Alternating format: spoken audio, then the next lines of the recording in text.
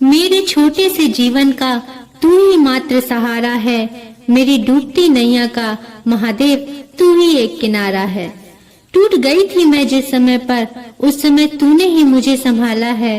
व्यर्थ ही कामना करते हैं लोग मोक्ष की, महादेव मुझे वहाँ ले चल जहाँ केदारनाथ धाम तुम्हारा है। हर हर महादेव। दोस्तों, आज मैं आपको विश्व प्रसिद्ध केदारनाथ भगवान की एक ऐसी चमत्कार की कहानी सुनाने जा रही हूँ जिसको सुनकर आप भी भक्ति रस में डूब जाएंगे।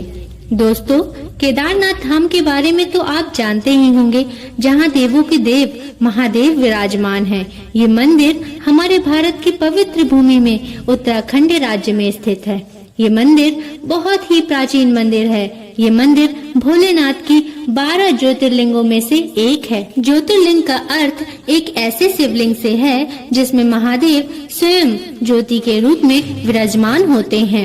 आज हम देखेंगे कि कैसे महादेव अपने भक्तों के लिए काल चक्र को भी परिवर्तित कर सकते हैं और काल को भी रोक सकते हैं। इसलिए ही तो उन्हें महाकाल भी कहा जाता है। दोस्तों, विश्व प्रसिद्ध भगवान केदारनाथ के दर्शन करते हुए इस कहानी को शुरू करते हैं। लेकिन उससे पहले अगर आप महादेव के भक्त हैं तो इस कहानी को पूरा सुनिएगा, बीच में नहीं छोड़िएगा, क्योंकि ऐसा करने से आप महादेव का अनादर कर सकते हैं। अगर आपने अभी तक चैनल को सब्सक्राइब नहीं किया है तो जरूर सब्सक्राइब कर लें और बगल में बनी हुई घंटी को जरूर दबा दें और कमेंट में हर हर महादेव जरूर लिखें। दोस्तों, ये कहानी एक गरीब भक्त की है जिसका धन संसार सब शिव भक्ति से ही था। ये उस समय की बात है जब हमारे देश में वाहन साधन सुगमता से उपलब्ध नहीं थे और सामान्य लोग बैलगाड़ी, घोड़ा गाड़ी आदि से सफर किया करते थे। परंतु उस समय गरीब लोगों के लिए यह भी सुगम नहीं था। इसी समय एक गरीब भक्त ने भगवान केदारनाथ के दर्शन करने का प्रण लिया और पैदल ही अपनी यात्रा शुरू कर दी। भगवान शिव का नाम जपते जपते और लोगों से रास्ता पूछते पूछते भगवान के धाम की ओर वह बढ़ चला। महीनों के सफर के बाद भिन्न भिन्न प्रकार की कठिनाइयों का सामना करते हुए वह आखिरकार भगवान केदारनाथ के धाम पहुंच ही जाता है। लेकिन ये क्या, वहाँ का नजारा देखकर वह असमंजस में पड़ जाता है। उसने देखा कि मंदिर के आसपास सभी जगहों पर सन्नाटा पसरा हुआ है और वहाँ चारों ओर भयंकर बर्फबारी हो रही है। ऐसा देखकर उसके मन में कई प्रकार के सवाल उत्पन्न होने लगे, लेकिन फिर भी वह अपनी भक्ति भाववश मंदिर की ओर आगे बढ़ता चला गया और फिर उसे एक आशा की किरण दिखाई दी। उसने देखा कि मंदिर के महंत जी मंदिर से बाहर आ रहे हैं। महंत जी भगवान की पूजा आराधना करके मंदिर के कपाट बंद करके जा रहे थे। उस समय भक्त ने महंत जी से कहा, पंडित जी, मैं बहुत दूर से आया हूँ और पैदल सफर करके आया हूँ। भगवान केदारनाथ के दर्शन करना चाहता हूँ। कृपया करके मुझे उनके दर्शन करने दीजिए। उसकी बात सुनकर महंत जी बोले, हे भक्त, तुमने देर कर दी। अब तुम 6 महीने के बाद आना, क्योंकि मंदिर के पट 6 महीने के लिए बंद हो गए हैं और 6 महीने के पहले मंदिर के पट नहीं खुल सकते। यह बात सुनकर उस भक्त के हाथ से तो मानो तोते उड़ गए हों। जो लोग नहीं जानते हैं, मैं उन्हें बता दूं कि केदारनाथ प्रभु का मंदिर साल में सिर्फ 6 महीने के लिए ही खुलता है और बाकी के 6 महीने बंद ही रहता है। भगवान का मंदिर नवंबर में दिवाली के बाद भाई दूज के दिन बंद हो जाता है, क्योंकि इस समय यहाँ भारी बर्फबारी होती है और इस बर्फबारी में मंदिर और आसपास का पूरा क्षेत्र बर्फ में विलीन हो जाता है और ऐसे समय में मंदिर तक पहुँचना बहुत ही कठिन रहता है। और अप्रैल माह में अक्षय तृतीया के दिन मंदिर के पट खोल दिए जाते हैं और बाबा भोलेनाथ अपने भक्तों को दर्शन देते हैं। ये बात सुनकर भोलेनाथ के भक्त के होश उड़ गए और उसकी आंखों से अश्रु की धारा बहने लगी। उसे खुद ही नहीं पता चला, उसे ऐसा लग रहा था कि उसके सीने में किसी ने प्रहार किया हो। थोड़ी देर तक स्तब्ध रहने के बाद वह रोते हुए बोला, पंडित जी, मैं महीनों की पैदल यात्रा करके आया हूँ और अब इस बर्फबारी में इस अनजान जगह में मैं कहाँ जाऊँगा। मुझे सिर्फ एक बार प्रभु के दर्शन करने दीजिए। लेकिन पंडित जी नहीं माने और पंडित जी बोले, देखो भाई, मैं तो अब मंदिर के पट नहीं खोल सकता। अब तुम चाहो तो 6 महीने बाद आना या तुम चाहो तो 6 माह तक यहीं रुक जाओ, लेकिन तुम ऐसी ठंड में यहाँ नहीं रुक पाओगे और तुम्हारे पास कुछ ओढ़ने को भी नहीं है। तो मैं तो तुम्हें यही सलाह दूंगा कि तुम लौट जाओ और 6 महीने बाद आना।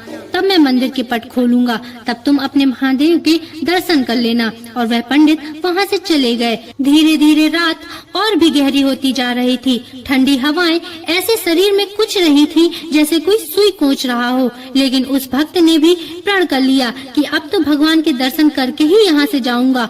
और वो बैठ गया और भगवान शिव का ध्यान करने लगा। उसका शरीर कांप रहा था। तभी उसे दूर से एक तेज सी रोशनी आती हुई प्रतीत होती है। उसने देखा कि एक बाबा उसकी ओर चले आ रहे हैं। वे बाबा उसके पास आए और उसके इतनी ठंड में इस प्रकार बैठने का कारण पूछा। तब उस भक्त ने सारा वृत्तांत कह सुनाया। फिर उन बाबा ने उसे खाने के लिए भोजन दिया और उसे बोला कि तुम थक गए होगे, अब तुम सो जाओ। भक्त तो सचमुच बहुत ही थका हुआ था। खाना पाकर आग की गर्माहट में वह वहीं ही सो गया। जब सुबह हुई और वह उठा और अपनी आंखें खोली तो वह बहुत चक्का रह गया। उसने देखा कि कल रात तक जो जगह बर्फ से भरी हुई थी वहाँ अब दूर दूर तक बर्फ का नामो निशान नहीं था और ठंडी भी कम हो गई थी। यह देखकर वह सोचने लगा कि पंडित जी ने तो बताया था कि अगले 6 माह तक यहाँ बर्फबारी होगी, लेकिन अचानक यहाँ क्या हो गया। फिर उसे उन बाबा की याद आती है। यहाँ वहाँ उनको देखने लगा कि शायद वो मिल जाएं, लेकिन वो कहीं नहीं दिखाई दिए। थक हार कर वह शिव भक्त मंदिर में ही कहीं बैठ गया। तभी उन्होंने देखा कि मंदिर के पंडित जी और कुछ भक्त सेवक मंदिर की ओर आ रहे हैं। तब भक्त ने आतुरता से पंडित जी से पूछा कि क्या आज मंदिर के पट खुलने वाले हैं। तब पंडित जी बोले कि हाँ, आज 6 माह की ठंडी बीत जाने के बाद अक्षय तृतीया के शुभ दिन में मंदिर के पट खुलेंगे। तब वह शिव भक्त आश्चर्य से बोला, 6 महीने बाद? लेकिन आप तो कल रात को ही मंदिर के पट बंद करके गए थे और आपने ये बोला था कि अगले 6 माह तक मंदिर के पट नहीं खुलेंगे। ये सुनकर पंडित जी ने अपने दिमाग पर जोर डाला और बोले कि अरे, तुम तो वही हो ना जो 6 माह पहले आए थे और महादेव के दर्शन नहीं कर पाए थे। लगता है तुम प्रभु महादेव के परम भक्तों में से एक हो। तुम तो पट खुलने के प्रथम दिन ही यहाँ उपस्थित हो गए, वो भी पट खुलने से पहले। तब शिव भक्त बोला, नहीं नहीं पुजारी जी, आप जैसा सोच रहे हैं वैसा नहीं है। मैं तो कल ही यहाँ आया था और रात में यहीं सो गया था और आज आप पट खोलने आ गए हैं। 6 महीने कहाँ से हो गए। शिव भक्त की ऐसी बात सुनकर पंडित जी को बहुत आश्चर्य हुआ, परंतु दूसरी तरफ पंडित जी के मन में महादेव के चमत्कारों के भी विचार आ रहे थे। तब पंडित जी ने कहा कि हे शिव भक्त, तुम्हारे साथ कल रात में क्या हुआ, मुझे विस्तार से बताओ।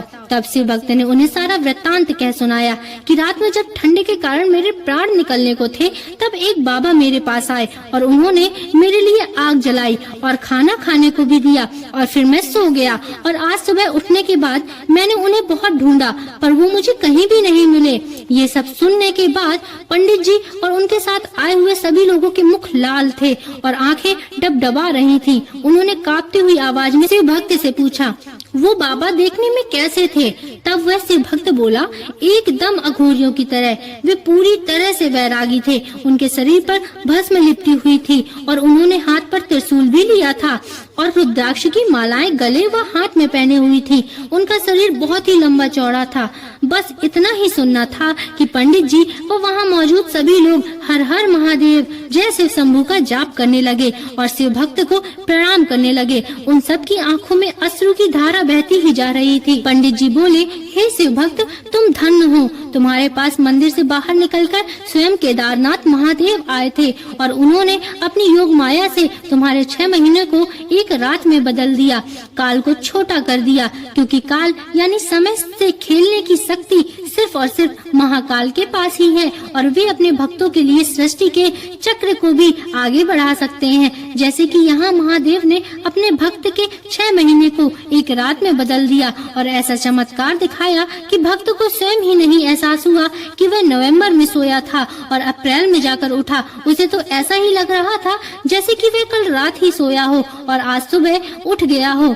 तो और ऐसा संभव हुआ उस भक्त की सच्ची भक्ति और श्रद्धा से, क्योंकि उस दिन तक वहाँ सेवा भक्ति करने वाले किसी भक्त व पंडित को महादेव ने प्रत्यक्ष दर्शन नहीं दिए थे, परंतु उन्होंने उस शिव भक्त को प्रत्यक्ष दर्शन देकर यह सिद्ध कर दिया कि भगवान सिर्फ भाव के भूखे होते हैं और उन्हें किसी भेंट वस्तु या स्थिति से कोई फर्क नहीं पड़ता। तो दोस्तों, ऐसे हैं अपने महादेव जो पल भर में प्रसन्न हो जाते हैं और बहुत ही भोले भाले हैं, और तभी उन्हें भोलेनाथ भी कहा गया है। दोस्तों, मैं आशा करती हूँ कि आपको ये कहानी बहुत पसंद आई होगी। अगर आपको ये कहानी पसंद आई है तो हमारे चैनल को सब्सक्राइब करें और कमेंट में हर हर महादेव जरूर लिखें।